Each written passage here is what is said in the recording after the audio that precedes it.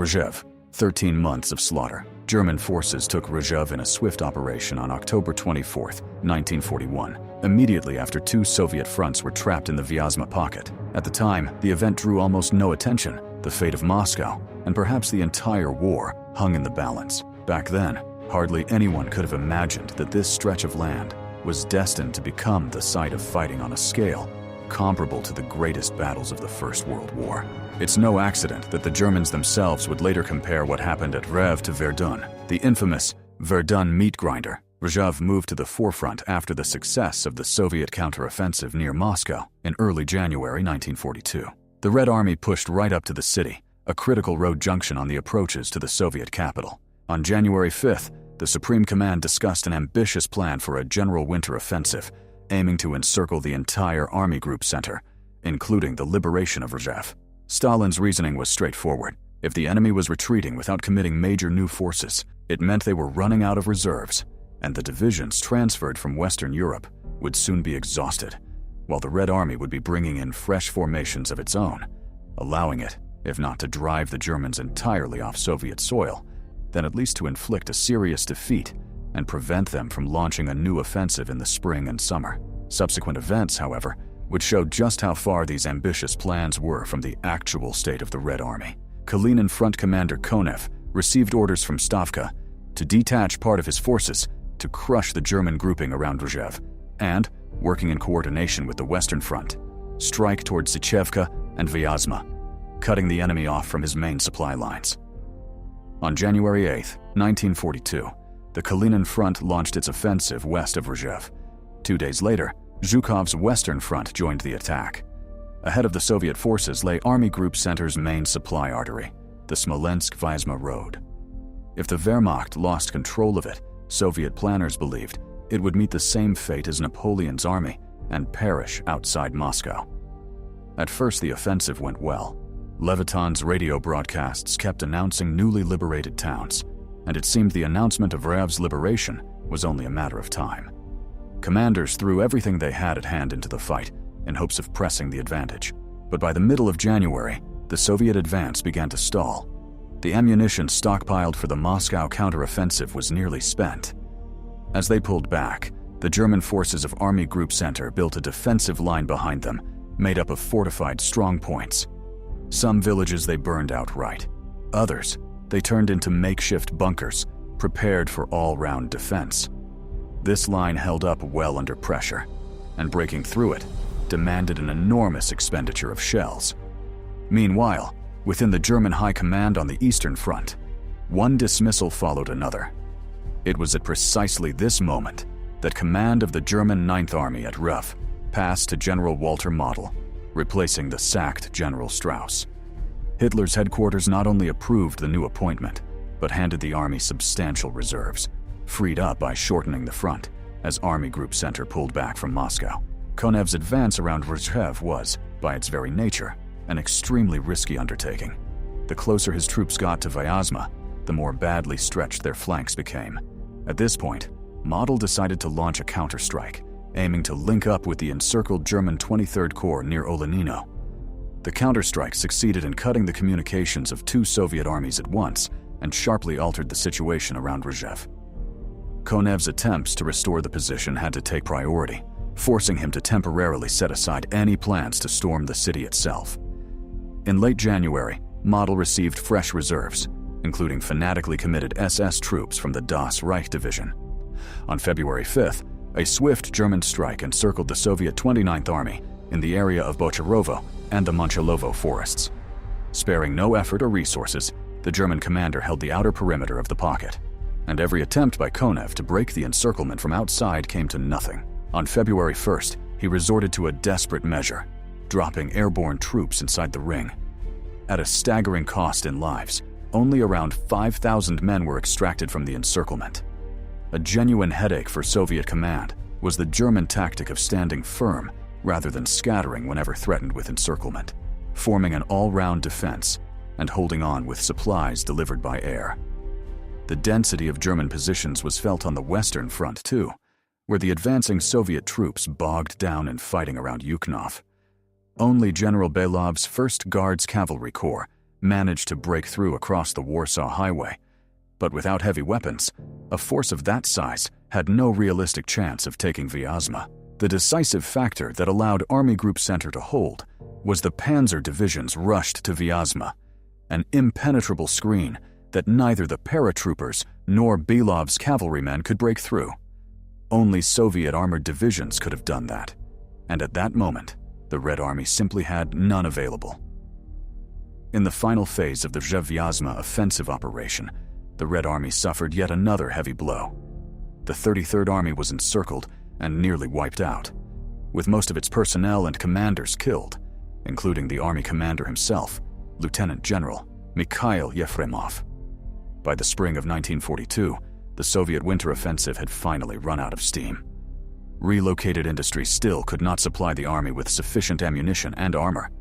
As a result of the fighting, a substantial Rzhev-Vyazma salient formed roughly 90 miles from Moscow, from which the Germans could strike at the Soviet capital at any moment, a fact that deeply worried Soviet command. The Red Army had, however, managed to advance over 100 miles and cut the Rzhev-Velikiye-Luki road.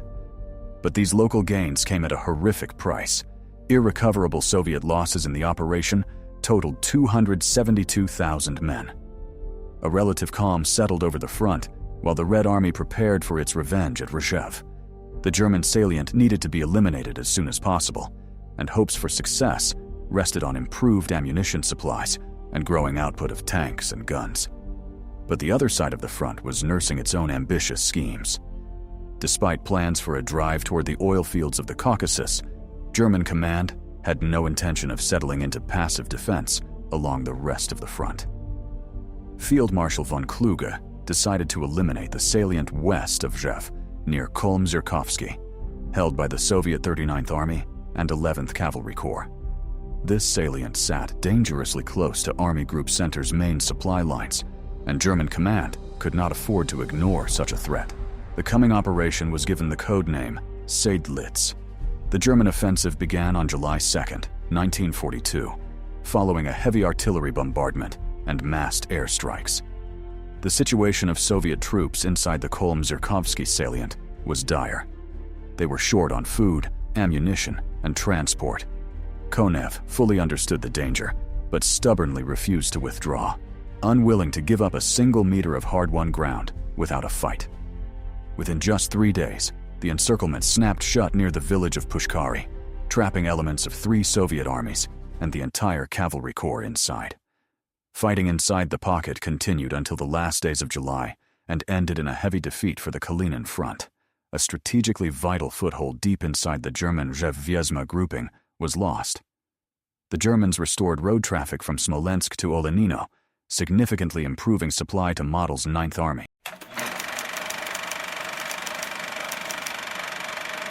On July 16, 1942, the day before the Battle of Stalingrad began, Stavka assigned Zhukov's Western Front and Konev's Kalinin Front the task of capturing the cities of Rzhev and Zubtsov, reaching the Volga and Vazuza rivers, and firmly establishing themselves along those lines. Surprise was meant to be the critical element of the operation. Only the top leadership was let in on the plans. On the morning of July 30th, the Kalinin Front launched its offensive, and the Red Army immediately seized the initiative. Konev's troops had only about 4 miles left to cover to reach Rzhev, and the plan called for the city's liberation on the second day of the operation. Yet covering that short distance would end up taking nearly a month. Early in August came the blow from Zhukov's Western Front. Preparations had been so meticulously concealed that the attack caught the enemy completely by surprise. Near Pogorelo-Gorodishche, units of the 20th Army under Lieutenant General Ryder broke through the German defenses to a depth of nearly 20 miles, seizing and expanding bridgeheads on the western banks of the Vazuza and Gzhat rivers. What kept the Germans from countering this success, above all, was a shortage of artillery, particularly shells for heavy guns. The weather played its part too, as sudden downpours turned everything to mud. On top of that, between August 6th and 10th, near the villages of Karmanovo and Karamzino, the Germans launched a powerful counterstrike against the advancing salient as part of Operation Whirlwind. The appearance of German tanks sharply shifted the balance of forces, and before long, the Red Army's advance in the Rzhevka direction ground to a complete halt. An important role in these battles was played by the stubbornness of 9th Army Commander Walter Model, who, against direct orders from above, insisted on preparing fallback defensive positions. Hitler's headquarters believed that such preparations only encouraged a mindset of retreat, and the construction of reserve lines was therefore effectively forbidden. Model and his staff resorted to outright deception, sending Berlin maps that differed from the positions actually built by his corps. At the same time, every trench dug and minefield laid was carefully documented, so that retreating units could quickly occupy ready-made defenses. To break through these new positions, the two Soviet fronts were desperately short of ammunition, a shortfall Soviet industry would only manage to overcome by the second half of 1943. Meanwhile, Model kept pressing his superiors for either fresh reserves and clear instructions on holding the salient, or permission to abandon the Rzhev area and pull back west. In the end, an elite Wehrmacht formation arrived in the Rzhev sector, the motorized division Grossdeutschland. Zhukov himself, meanwhile, had been summoned to Stalingrad, where the situation was rapidly spiraling toward catastrophe, leaving Konev in full charge of coordinating both fronts around Rzhev.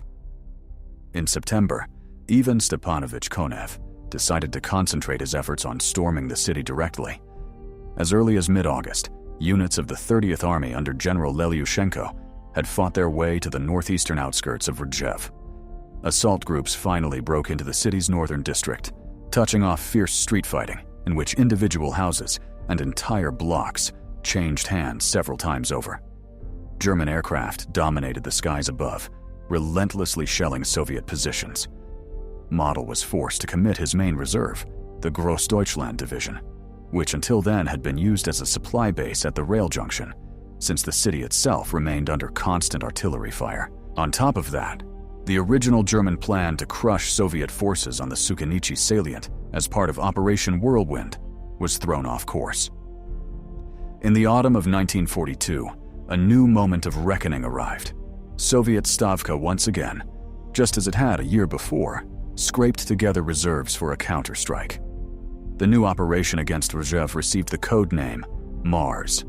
Its greatest weakness was the sheer complexity and convoluted design of the plan, drawn up by the Kalinin Front's new commander, General Prokofiev. Rather than concentrating a single powerful fist of 3 mechanized corps, the front's strike force was scattered across several separate directions at once.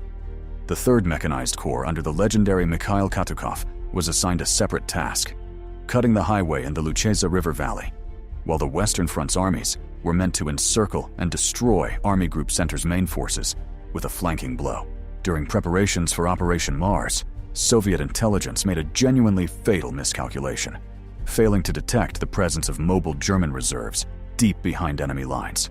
Most critically, the Grossdeutschland division near Smolensk. Worse still, Model's own army intelligence managed to uncover the Soviet buildup for a major offensive. Zhukov arrived at Rzhev only shortly before Mars began and took essentially no part in planning it. His absence badly undermined the secrecy of the operation's preparation. Operation Mars began on November 25, 1942, and the sheer complexity built into the plan, compounded by tactical errors at the division and regiment level, began causing problems almost immediately. The initial attempt by tank units to punch deep into the German defenses seemed promising at first. The Kalinin Front's strike group broke through German positions south of the town of Bailey, and Soviet tanks reached the Rzhev-Rzhevka railway line. But keeping these breakthrough units supplied proved impossible. Hurricane fire from villages still in German hands prevented truck convoys carrying fuel and ammunition from getting through. At the same time, the Western Front's units, which were supposed to advance and link up with Prokofiev's forces, failed to accomplish their part of the plan. Operation Mars began to falter. Having beaten back the Western Front's push, General Model launched powerful flanking strikes against the Kalinin Front's breakthrough units, encircling several of its formations. Stavka was forced to commit fresh reserves to rescue the trapped troops, who fought for several days under brutal winter encirclement conditions, before finally being withdrawn to the rear. On December 15th, the Soviet offensive was called off entirely. Despite its overall failure, Operation Mars still served a purpose within the Red Army's broader strategy. Several German panzer divisions were tied down at Rzhev at the exact moment the Wehrmacht desperately needed them at Stalingrad. The fighting also ground down the most experienced, pre-war trained corps of the German infantry. As a result, by the time of the Battle of Kursk, the Ninth Army arrived considerably weakened and was unable to fully carry out its assigned tasks, having spent so much of its strength in the winter fighting. Before long, the German Ninth Army was forced to abandon the Rzhev salient altogether. Both Model and Hitler understood clearly that the army could not withstand another blow on the scale of Mars. On February 6, 1943, Hitler authorized a phased withdrawal from the Rzhev salient, codenamed Operation Buffalo. The city of Rzhev was liberated on March 3, 1943. 13 months of relentless, brutal fighting cost the Red Army 430,000 dead and missing soldiers and commanders. Total Soviet losses over that period exceeded 1 million soldiers and officers. Wehrmacht losses, unfortunately, were 3 to 4 times lower.